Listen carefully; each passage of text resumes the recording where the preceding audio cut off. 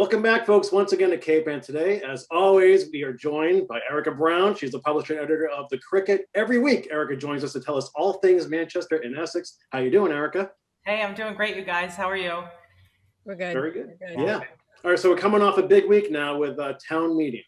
Yeah, a big week that we're coming off of, and then a big week looking forward. So a lot of stuff going on all of a sudden.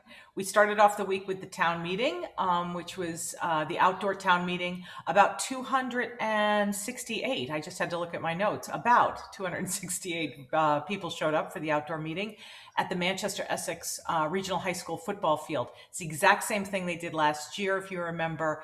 And this one also, if you'll remember, it was designed and tuned by the BOS and moderator Alan Wilson to be kind of smooth sailing. They didn't want to have anything that would be controversial, that would take up a lot of time and a lot of debate and go well into the night, because they were concerned about COVID and the pandemic and those things.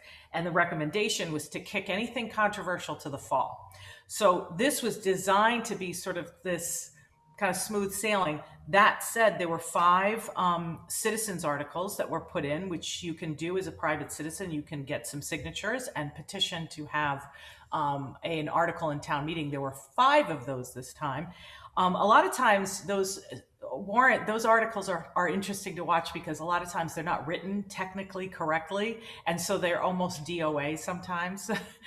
But in this case, they were all basically non-binding, which means they're just to capture sentiment. And those were all designed to actually have discussion. So that was kind of an interesting little, people showed up ready to have heavy debates, because there were a lot of things that they wanted to express themselves about. That said, they didn't really do a lot of expressing. It didn't take a lot of time. In 2 hours, they went through 17 articles, and everything passed except for 2 of them. So I can talk to you about the ones that were of note. You want to hear about quickly? Yeah, I'd love to know. Yeah. Okay, so once the technicalities of getting through all the operational budgets and everything, those kind of went through without a hitch, without a conversation, without even a comment. Then we got into this thing that I called sort of the technicalities of the things, which, first of all, I thought it was very interesting. I haven't seen this before.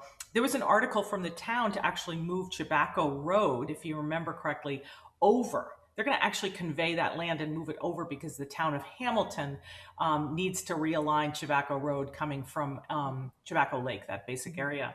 And so that was supposed to be something that was supposed to go through. Alan Wilson announced that they couldn't vote on it because of a technicality. Apparently, the article did not go through the proper process with the planning board. And as a result, he said, we can't vote on it. He said, we dropped the ball and it won't happen again. We'll be voting about it in the fall. So that was kind of an interesting one. Then it went into the non-binding citizens articles. And the first one, and probably the biggest one that people cared about, was this sort of general statement of principle, which was, we as a town support the Manchester Affordable Housing Trust and the Manchester Housing Authority, their plans for affordable housing. And that's, remember, those 4 properties that are town owned that include Loading Place Road, Pleasant Street, the DPW site, and then Newport Park, which is Pine Street, and then Old Essex Road in the Plains, which is basically, so four properties. At the same time, they also wanted to vote that they did not support the SLV 40B project on Upper School Street. It's not like there's a choice, but they wanted to put those 2 things simultaneously. That went through super easily, not unexpected. Then what would happen was Tom Keogh, who's a former selectman for like 12 years, he presented a citizen's article that was about, with large developments providing 2 access roads. And the BOS had recommended not supporting this, and so did public safety, for a variety of reasons. But it was a technical thing, so it was another technicality. They basically said, listen, this isn't the venue of town meeting. You should not be doing land use at town meeting. You should be doing it through the planning board.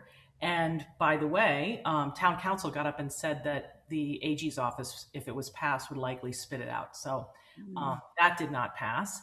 And then Sheila Pigeon Hill, she presented 2 citizens articles. One was kind of DOA, because it was about the recodification, which isn't going to be picked up until the fall anyway. So nobody even voted on that. They passed over it. But She wanted to get something that captured sentiment and was advisory in her view about the regional dispatch center. And that was kind of an interesting moment. She said, listen, they argued a little for and a little against it. And then Eli Bowling said, listen, we're going to have a series of public hearings on this. We don't think you should vote for this. And so sure enough, that got voted down, but it was an interesting moment in town meeting. So there you go. What is the Regional Dispatch Center, Erika? Regional Dispatch Center is an effort that the state has put in place for a while. It went through some wrinkles. It's in Middleton. It's in the sheriff's office where the jail is. Are you familiar with that area off by the old VOTEC, the North Shore Technical Institute? And it is an effort to pull together and use technology and the latest software to do dispatch for fire and police. Essex is a member. I believe there are 7 communities that are a member of it, and Manchester is considering it.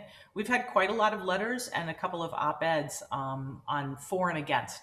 And so that's going to be an issue that's going to be heated up. On the one hand, it's basically saying this. On the one hand, we want to have access to the latest, the greatest in terms of technology. Do you remember those 2 hikers that were lost in the forest? Yes, right. Essex was able to use the regional dispatch, which was able to triangulate the cell phone signals from the officers and from the people who were lost. And they were able to talk from Middleton, those officers, to the people. I remember that was quite a technological feat, and that was successful. Yeah, there's also a lot of software that needs to be compliant, and it's very expensive. And that's really what the town is wanting to avoid, having to spend that.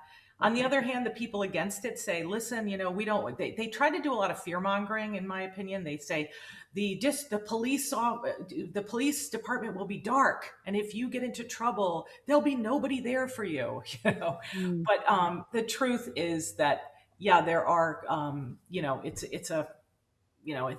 you got to weigh it out. There's Right. pluses and minuses on both sides. And then, of course, people like their own personal dispatch center and people, et cetera. So it's going to be quite a debate over the next several months. Well, we look forward to that. Yeah. Erika, you want to talk about the town birthday party? Yeah, this was, we call it a mulligan because it's like 12 months later, we had our birthday party. So it's kind of, birthday interruptus. We started off last year with 2 big, we had a big bonfire to celebrate the 375th birthday of the town, then followed by this kind of what I called a hootie cocktail party at the Essex County Country Club. And then COVID hit. So this is a pickup where we left off, and we had it on Friday. Senator Tarr was there. It was a little casual as it was at Masconomo Park. So we had music and we had picnics. People were out. We had cupcakes for everybody. So a little treat. So a little bit of everything, a little entertainment. It kind of felt like just the beginning of real summer and real summer relaxation, like summer at the park and music at the park, which is a tradition here in Manchester. But this one had a little bit of a twist where we were kicking off the pickup of our birthday celebration. So we had that. It was a lot of fun. And then this coming weekend, we're going to have the boat parade, which is going to be the substitute for the actual 4th of July parade, but it'll be for the birthday. It'll be a continued birthday celebration. And that people are encouraged to go down to the harbor and look out and see the boats go by with the boat parade. So it'll be nice. Yeah, Nice. Another nice event was the youth tennis tournament at the MAC. Yeah, that was really interesting. It was a real plum for the MAC, the Manchester Athletic Club, to have this, and they have it every year. It's the National Youth Tennis Tournament, and they have the New England sort of round is at the MAC. And they did it again this year, went off without a hitch. The MAC is their tennis setup is really, really, rich. As a matter of fact, the girl, Georgia Kulovich, 14 years old, a little phenom. She's not little, but she's a phenom out of Marblehead. She's the one who actually took the 14 division girls division. She was top. She actually trains at the MAC, and she's from Marblehead. So we had a little bit of local color, but it was really fantastic. It was really lovely, great weather, great day. And it was a 3-day tournament. It's over. They're all exhausted, and it went well. Yeah. Jason Brisboy did a great write-up, a big write-up for the paper. I'd encourage people to go and read it. It's nice. Yeah, cool pictures too. Awesome. Okay, and lastly, Erika, we talked briefly about July 4th, and there is a new book to celebrate it as well. Yeah, the red, white, and blue breakfast. I mean, when I can't wait till next week. That's when I think I'll be able to tell you about the pancake breakfast is back. And the pancake breakfast we're gonna have at 4th of July. We're gonna have the children's book author, and she's actually an illustrator, but in this case, she's an author as well. Alice Gardner did a book called 4th of July in Manchester by the Sea, and it's really a sweet book with the most incredible illustrations done of all the traditions that are really familiar to us, like the steel drum bands and the parade and the parachuting Elvises that used to come down to Brook Street and all that stuff. And it's really fun. She is going to be at the Red, White, and Blue Breakfast, but she's also going to be at the Manchester Historical Museum, and she's going to do a reading at the Public Library. Now, I think, Corey, you just did that great piece on Fiesta, on the history of Fiesta. Which we're also going to run as well. We're going to do sort of a new edition in print of your piece with you. But didn't Alice, a couple of years ago, I believe Alice Gardner did a children's book on Fiesta. I think she was the illustrator for Laura Ventimiglia's Nona, What is St. Peter's Fiesta? And the illustrations are awesome. And I'm not sure how familiar Alice was with the Fiesta, but if you saw her illustrations, you were blown away, like, as if she had real good insider information, was a big part of it growing up. Like the nuance she had down. So I'm sure the 4th of July book is great as well. Yeah. I mean, is she from Manchester, Erika? No, she's from Beverly, I believe. Okay. And I don't think she specializes like in local stories. You know what I mean? It's not like that's her shtick. She's but not cover all places. Yeah. I would bet money, and I don't know this, but I'd bet money she did the Fiesta children's book, and she got such a good response to it that I think that somebody probably suggested put in bug in her ear about doing this. Yeah. Right. It's awesome stuff. They were really nice job. So yeah, check that out. Okay, Erika, we'll check back with you in a week's time or so. Enjoy your week. Have a good 4th of July.